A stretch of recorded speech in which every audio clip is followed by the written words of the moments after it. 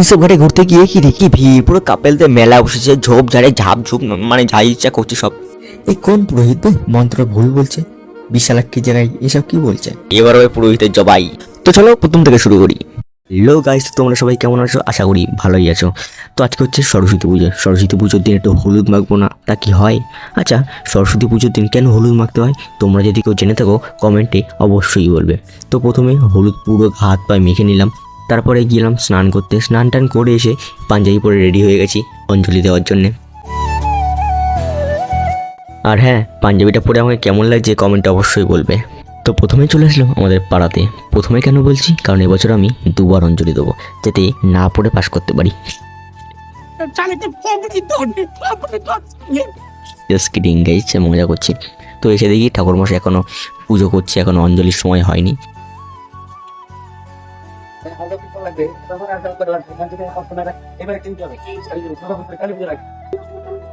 ঠাকুরমশাই পুজো হয়ে যাওয়ার পর এখন বসে গেছি হচ্ছে অঞ্জলি দিতে। তো অঞ্জলি এখন দিচ্ছি মন দিয়ে, কিন্তু কি দিচ্ছি কি জানি না। কারণ অঞ্জলি তো দিচ্ছি, কিন্তু আস্তে আস্তে পড়াশোনার দিক দিয়ে মন উঠে যাচ্ছে। হ্যাঁ, না বলবো না আমি পড়াশোনায় খারাপ, আমি ভালোই পড়াশোনা, স্কুলেও ভালো নাম টাম ছিল। যাই হোক, কলেজে ওঠার পর থেকে পড়াশোনা যেন মন টন বসছে না, কী করবো জানি না।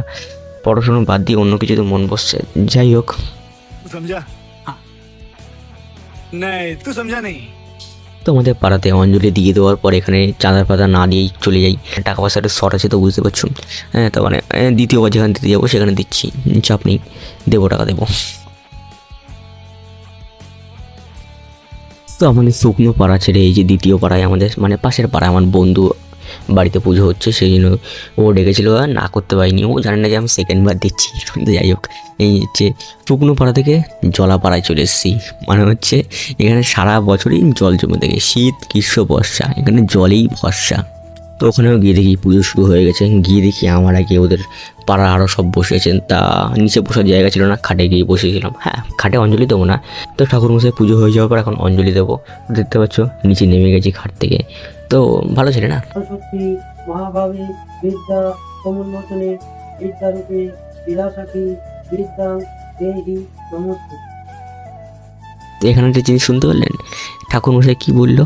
তো ঠাকুরমশাইয়ের মন্ত্রের দিকে সবাই একটু লক্ষ্য করবেন। মন্ত্রটা কি একটা ভুল বলেছে, ঠিক আছে? কী ভুল বলেছে একটু কমেন্টে অবশ্যই জানাবেন। আচ্ছা, আমি বলে দিচ্ছি। দেখবেন মাঝখানে একবার ঠাকুরমশাই মন্ত্র বলতে বলতে বলছে বিদ্যারূপে বিলাসাখী বিলাসাকি। ওটা বিলাসাকি না, আমরা তো যতদূর পড়েছি সংস্কৃত স্টুডেন্ট ছিলাম আমি এক সময়। বিশালাক কী হবে? তো কি বলবো, এদেরকে বলছিল, হাসাহাসি করছিল। ঠাকুরমশাইকে তো আর কিছু বলা যায় না, ঠাকুরমশাই হয়েছে কিছু তো জানবে হয়তো। যাই হোক, কি ঠিক তোমরা কমেন্টে প্লিজ বলবে। তো পুজো টুজো হয়ে যাওয়ার পর অঞ্জলি টঞ্জলি দেওয়ার পরে ওদের বাড়িতে একটু প্রসাদ খেয়ে নিলাম। প্রসাদ টসাদ খেয়ে এখন যাবো হচ্ছে ডাইরেক্ট কলেজে। চলো। সো গাইজ, এখন কলেজে ঢুকে গেছি। হচ্ছে আমাদের কলেজ, আমাদের কলেজের নাম হচ্ছে ভৈরব গাঙ্গুলি কলেজ। ইয়েস। তো কলেজে ঢুকেই দেখছি এত ভিড়, এত মেয়েদের ভিড়, মানে আমি বুঝতে পারছি। যাই হোক, হোয়াট এভার, কি বলছি। का चक्कर बाबू भैया औरत का चक्कर। তো এখন হচ্ছে এত ভিড় লেগে গেছে, দেখতে পাচ্ছি এখানে সরস্বতী আমাদের পুজো হচ্ছে। তো পুজোর দিকে ফোকাস করা যাক, অন্যদিকে ফোকাস না করে। সরস্বতী ঠাকুরটা কেমন হয়েছে অবশ্যই কমেন্টে বলবেন। চারিদিকে দেখতে পাচ্ছ গ্রুপ এবং ছেলে মেয়েদের মেলা বসেছে। হ্যাঁ, বুঝতে পারছো, কাপলদের মেলা বসেছে। আমরা এই 4-5 জন এখানে এক কোণা দাঁড়িয়ে আছি, আর সবাই যা কী করছে তাই দেখছি। কিছু করার নেই, সিঙ্গেল ছেলেদের। কিছুক্ষণ পরে দেখি আমাদের ভান্ডারা শুরু হয়ে গেল, মানে কলেজের খাওয়া দাওয়া গাইজ। তো ছেলে মেয়ে দেখি একদম দেদার দৌড় দিচ্ছে। কত বড় লাইন পড়েছে দেখো। এই হচ্ছে আমাদের পুরো মাঠ, এই লাইনটা দেখতে পাচ্ছ, এদিক ওদিক দেখে গিয়ে লাইনটার কী অবস্থা। ছেলে মেয়ের কোনো নির্বিশেষ কোনো নেই। তো এইসব লাইন দেখে এখান দিয়ে কলেজ দিয়ে বেরিয়ে গেলাম। খাওয়ার মন করলো না, বেরিয়ে এসে আমাদের নিয়ারেস্ট স্টেশনে চলে এসেছি। স্টেশন দিয়ে এখন টিকিট কেটে নিচে দেখতে পাচ্ছি, এখন বেরাবো হচ্ছে প্রিন্সেপ ঘাটের দিকে। ইয়েস। তো গাইজ চলো প্রিন্সেপ ঘাটে কী খেলা হয় দেখাচ্ছি। তো প্রথমে চলে আসলাম দমদমে। দমদম দিয়ে এখন মাঝেরহাট লোকাল আসছে, মাঝেরহাট লোকাল ধরবো প্রিন্সেপ ঘাট যাওয়ার জন্য। যারা গেছে তারা তো অবশ্যই জানবে। তো গাইজ এখানে প্রিন্সেপ ঘাট যাওয়ার জাস্ট লাইন দেখো, মানে কাপেলদের মেলা বসেছে। সাধারণ লোকের কোনো পাত্তাই নেই, কাপেলরাই ভর্তি হয়ে যাচ্ছে। ভাবছিলাম আমি উঠতে পারবো না, তাও প্রথমে ভাবছিলাম উঠতে পারবো না, তারপরে সব ভিড় ঠেলে ফাইনালি উঠেই পড়লাম ট্রেনের মধ্যে।